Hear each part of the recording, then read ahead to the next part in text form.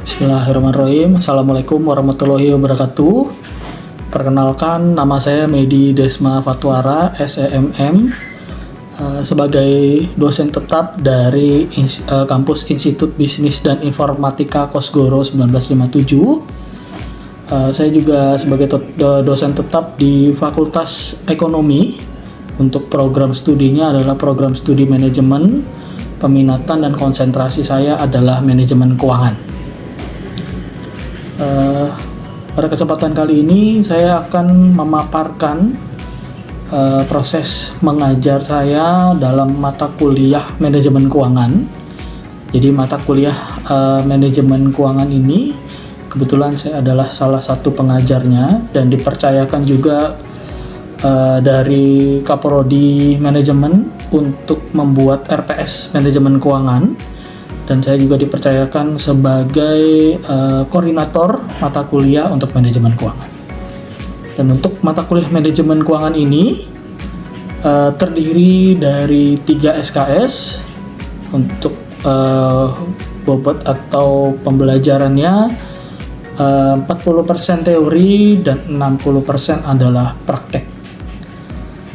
Selanjutnya untuk mata kuliah manajemen keuangan ini terdiri dari 16 pertemuan, di mana 14 pertemuan adalah pembelajaran atau penyampaian materi, 1 pertemuan adalah UTS, dan 1 pertemuan adalah UAS.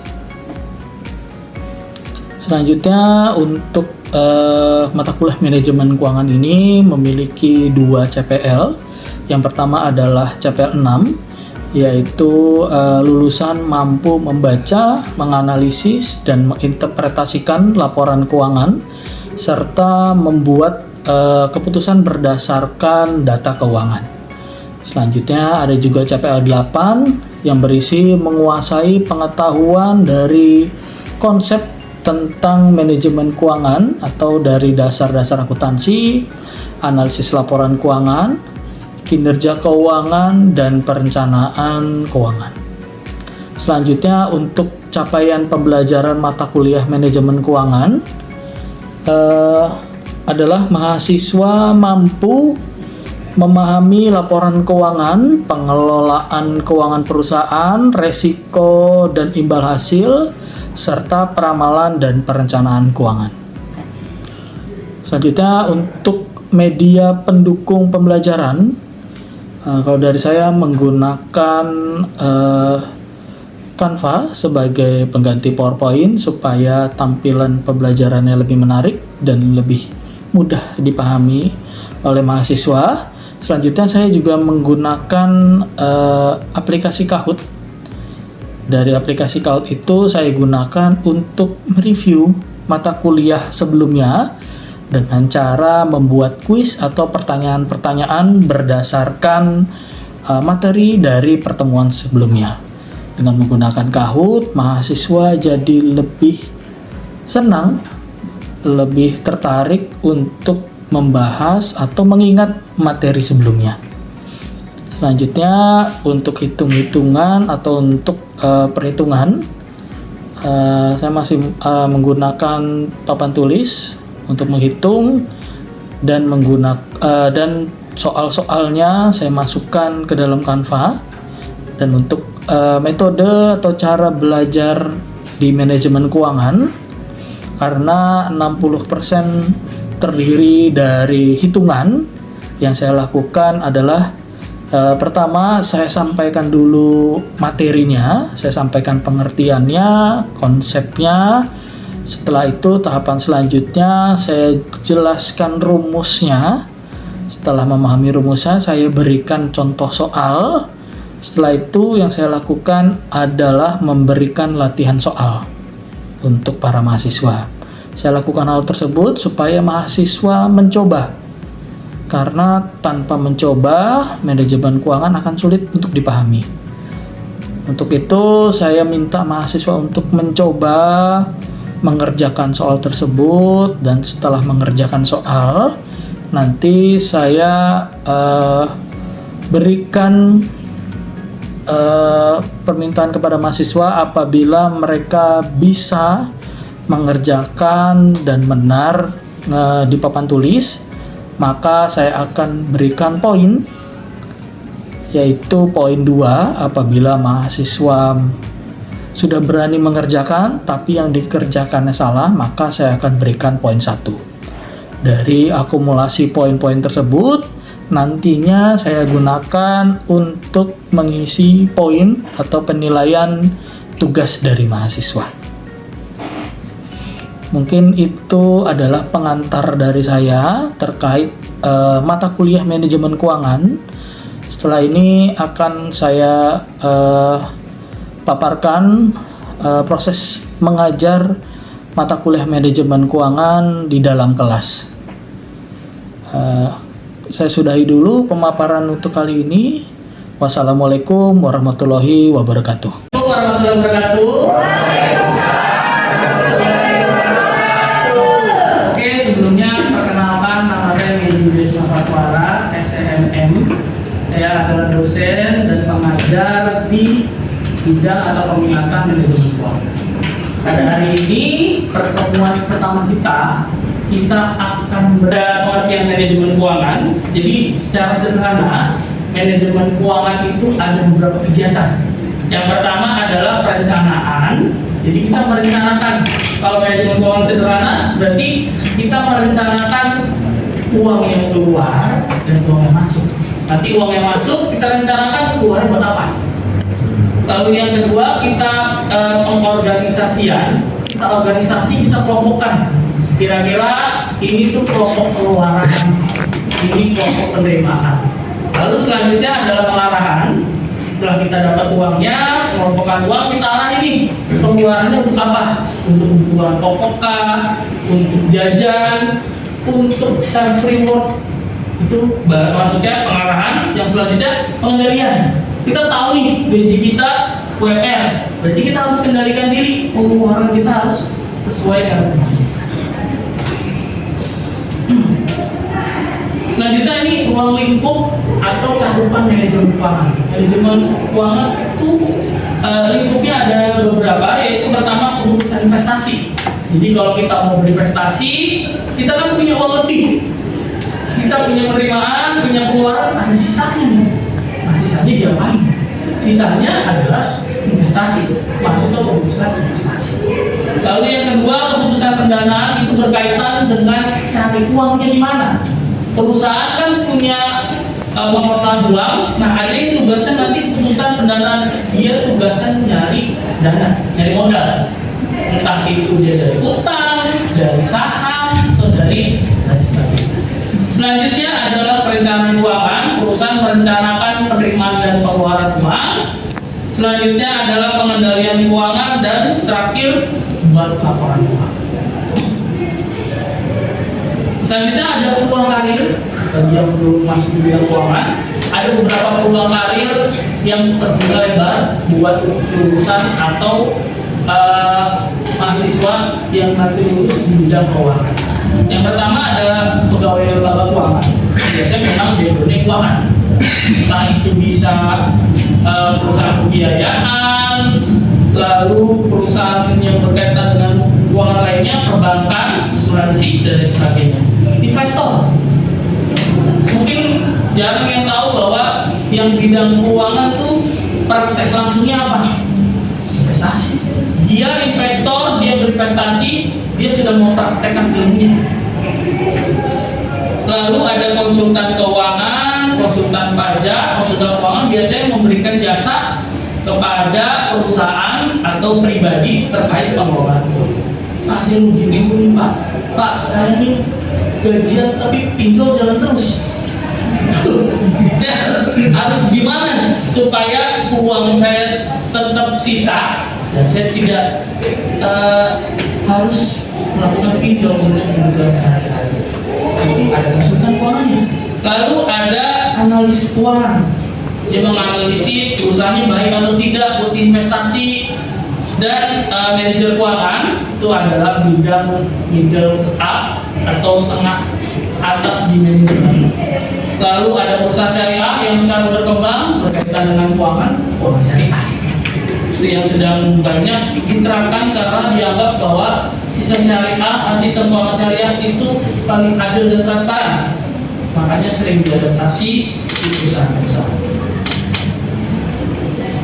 Ini jadi manajer keuangan dari Job Street langsung dia ngambil rata-rata. Manajer keuangan contohnya di Bekasi 20 juta, Jakarta Utara 18 juta, intinya adalah di atas 20 juta semua manajer keuangan. Kenapa gajinya lumayan besar? Ya karena tanggung jawab dan resikonya besar. Mereka biasanya mengelola uangnya miliaran, gaji puluhan juta, benar nggak tahu sebanding. Karena kalau salah dikit mereka bisa merugikan puluhan. Ini adalah contoh tokoh keuangan yang sukses di dunia. Ada yang kenal ini Bapak siapa? Dia termasuk orang terkaya di dunia. Dia tahun 2015 dia masuk Forbes sebagai orang terkaya ketiga di dunia. Dia disebut peramal, dia disebut penyidir. Kenapa? Karena dia bisa meramalkan saham-saham yang naik. Dia kaya dari investasi dan dia makin memperkaya dirinya dengan membuka perusahaan investasi. Ini salah satu orang yang sukses di bidang keuangan di dunia. Dia terkenal di bidang investasi. Indonesia punya apa ini? Oh, Heng Hong. Dia memang dia disebut tahunnya begitu. Jadi dia memang Warren Buffett Indonesia. Jadi kita juga punya Warren Buffett Indonesia. Ini berapa hari yang lalu viral karena banyak yang nyenggol dari investasi lain yang dianggap bahwa ini analisisnya dan lain sebagainya, tapi dia kaya dari situ. Asetnya dia di saham itu triliunan. Jenis investasi dia caranya adalah dia beli disimpan, karena dia tahu suatu hari akan naik harga. Karena dia tahu nilai si perusahaan ini nggak sendiri nih, tidak segini, makanya dia simpan pada saat naik dia jual. Makanya dia wanita. Oke. Ini terkenal sekarang nih. Oh iya. Ini acuannya generasi Gen Z sekarang karena dia memang influencer di bidang kripto, Bitcoin. Dia terkenal di Bitcoin. Timothy Ronald dia memang kemarin sempat bahas juga tentang Heng Hong yang dianggap bahwa investasi di yang kripto terbaik ya, saham. Ya memang terbukti dia punya aset yang cukup besar di kripto. Ada tantangan yang dihadapi di masa depan di bidang keuangan. Yang pertama, ekonomi nggak pasti. Perang kemarin aja membuat semuanya jadi terpengaruh. Harga minyak, harga emas, nilai tukar, Bitcoin jatuh karena ketidakpastian dunia.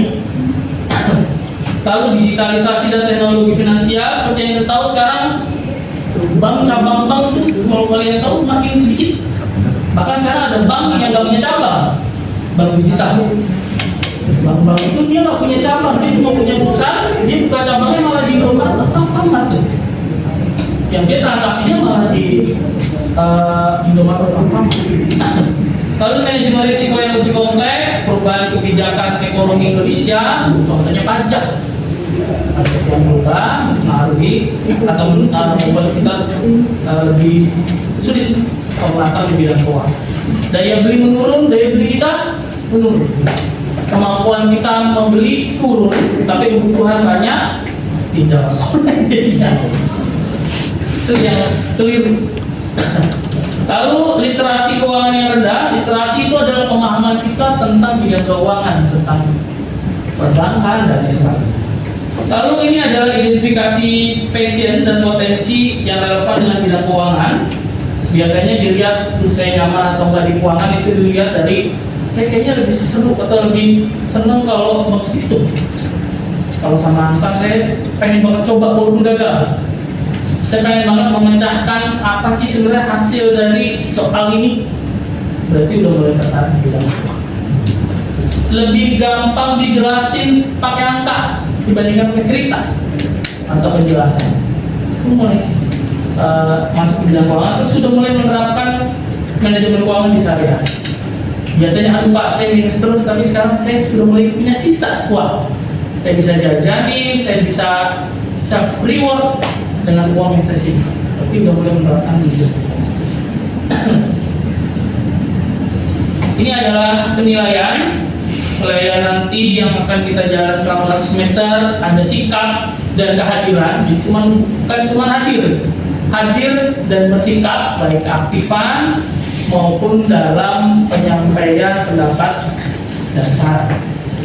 Lalu ada tugas itu nanti kalau kita akan mengumpulkan tugasnya dari pelatihan.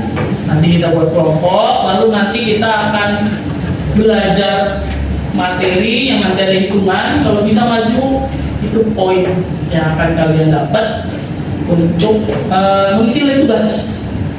Lalu ada ujian UTS dan UAS. Materi-materi yang akan kita pelajari selama 1 semester. Nah, tadi ada pengenalan manajemen keuangan, bentuk-bentuk badan usaha, supaya kita tahu bahwa setiap bentuk usaha itu punya manajemen keuangan yang berbeda. Tukang bakso sama perusahaan PT beda cara ngaturnya. Lalu ada pasar keuangan, nilai waktu dari uang itu setiap tahun nilainya turun. Jadi emas itu bukan harganya naik, tapi dia menyesuaikan dengan nilai ekonomi. Nilai uang kita yang turun. 50.000 dulu kita bisa jajan kemana-mana. 50.000 ke mall udah gak berani kita. Buat 50.000 ke mall kita kan berhenti. Parkir aja ragu, minum ragu. 50.000. Padahal dulu 50.000 kita bisa belanja supermarket. Karena kita gak berani. Buat 50.000. Terus analisis laporan keuangan, kita analisis kinerja atau laporan keuangan perusahaan. Jenis-jenis rasio keuangan, ini rasio adalah alat yang sering dipelajari sama bidang keuangan. Dari rasio ini kita bisa tahu ini perusahaannya bagus apa enggak nih. Perusahaannya, kinerjanya baik atau tidak, atau masa depannya cerah atau tidak, alatnya rasio. Lalu analisis titik impas, resiko dan imbal hasil. Jadi ini berkaitan dengan investasi. Semua investasi ada resikonya, dan semakin tinggi resiko, imbal hasil semakin tinggi. Itu pasti. Jadi kalau ada yang bilang investasi di saya nih butuhnya besar, juga ada ruginya, nggak mungkin. Langsung fokus saja itu penipuan. Karena semua investasi resikonya tinggi, kembalinya tinggi. Resiko rendah, membayar rendah. Contohnya deposito. Resikonya rendah, karena kita tahu kapan uangnya balik, berapa yang balik. Tapi saham, kripto, nggak pernah ada yang tahu kripto besok nanti turun setinggi apa dia naik, turun apa dia jatuh, nggak ada yang tahu. Tapi pengembaliannya bisa potensi untung dan rugi. Lalu ada manajemen kas dan surat berharga, manajemen modal kerja, ada manajemen piutang dan pinjaman, manajemen persediaan, lalu pendanaan jangka pendek, dan terakhir nanti kita bahas tentang peramalan dan perencanaan keuangan. Jadi kita belajar meramal dan merencanakan keuangan kita di masa mendatang.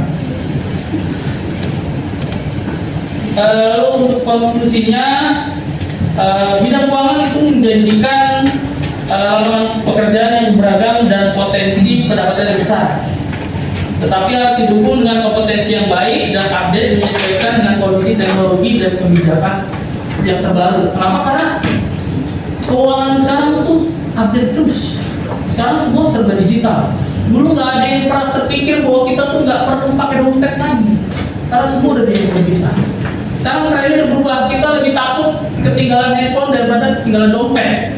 Kalau dompet ketinggalan, biarin aja. Tapi kalau kita ketinggalan handphone, panik pasti. Karena sekarang semua transaksi bisa lain. Semua udah berubah, teknologi berubah. Bahkan sekarang kalau kita bikin rekening, nggak perlu di cabang. Di cabang aja kita bikinnya online. Di pusat. Itu teknologi. Makanya kita yang harus menyesuaikan dengan perkembangan teknologi, karena teknologi nggak akan nungguin kita. Mereka nggak akan tunggu kita sampai kita paham. Dan ini tips atau quotes-nya adalah Beli barang karena butuh, bukan karena ingin. Tujuan akhir dari manajemen keuangan adalah financial freedom atau kebebasan finansial. Jadi kita nggak perlu pikir lagi uang sok. Karena kita sudah bebas secara finansial, dalam arti bebas secara finansial, uang yang kerja buat kita. Jadi kita punya uang, diinvestasikan, keuntungannya buat menunjang hidup kita. Itu inti dari manajemen keuangan. Silakan, apakah ada yang mau ditanyakan terlebih dahulu? Pak, Silakan. Nama. Kenalkan saya Bintang Agus Pradana. Saya ingin bertanya, Pak, sulit atau tidak melakukan manajemen keuangan? Melakukan manajemen keuangan. Oke, terima kasih. Pertanyaannya pertama, untuk melakukan manajemen keuangan itu sulit. Apalagi keuangan pribadi. Yang pertama adalah kita harus tahu dulu, kita harus merencanakan dulu uang yang harus kita keluarkan. Kita harus list, kita mau beli apa sih bulan ini? Apa yang kita list dulu apa yang mau kita keluarkan. Karena kita tahu biasanya gaji kita berapa tiap bulan. Nah, kita kelompokkan pengeluaran tersebut. Jadi yang hal yang paling sederhana dari manajemen keuangan adalah pengelompokan. Kalau kalian punya rekening 2 atau 3 lebih bagus. Kalian tahu, oh ini buat biaya pokok nih, rekening 1, rekening 2 buat senang-senang, buat healing dan lain sebagainya. Rekening 3 buat jaga-jaga. Jadi kalian ngaturnya udah otomatis kalau kalian kelompokkan itu. Jadi pertama kalian kelompokkan dulu, organize berapa biaya yang harus dikeluarkan, berapa penerimaan kalian. Dari situ kalian bisa tahu dan terencana ada sisanya atau enggak. Kalau nggak ada sisanya atau minus, berarti yang harus kalian kurangin adalah pengeluaran. Karena kita udah paling tahu tuh penerimaan kita berapa tiap bulan. Berarti yang harus kita kurangi, kita tahan. Terima kasih. Silakan, ada yang mau ditanya atau tidak? Silakan, namanya siapa? Bagaimana sih tips mengatur atau memanage keuangan? Kalau tips untuk mengatur atau memanage keuangan, yang pertama adalah tadi kita bisa mungkin beli karena butuh, bukan karena ingin. Contohnya apa? Kalau kita beli karena ingin, kita beli barang lebih dari 1, padahal kegunaannya cuma 1.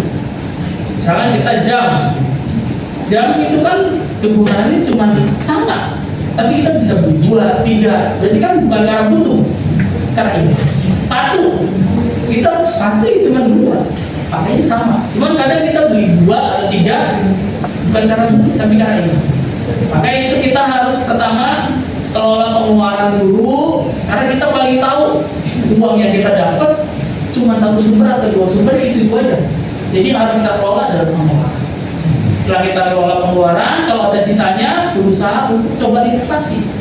Kita harus coba investasi karena kita kan tujuan akhirnya tadi financial freedom. Kita mau hidup kita tuh udah gak perlu kerja lagi. Yang kerja tuh uang. Makanya kalau orang tua dia punya pesangon atau lain sebagainya, uangnya didepositoin. Nanti dari deposito itu dia punya pendapatan per bulan. Itu financial freedom. Oke. Terima kasih banyak teman-teman. Semoga hari kalian menyenangkan. Semoga apa yang saya sampaikan ini bermanfaat buat kalian.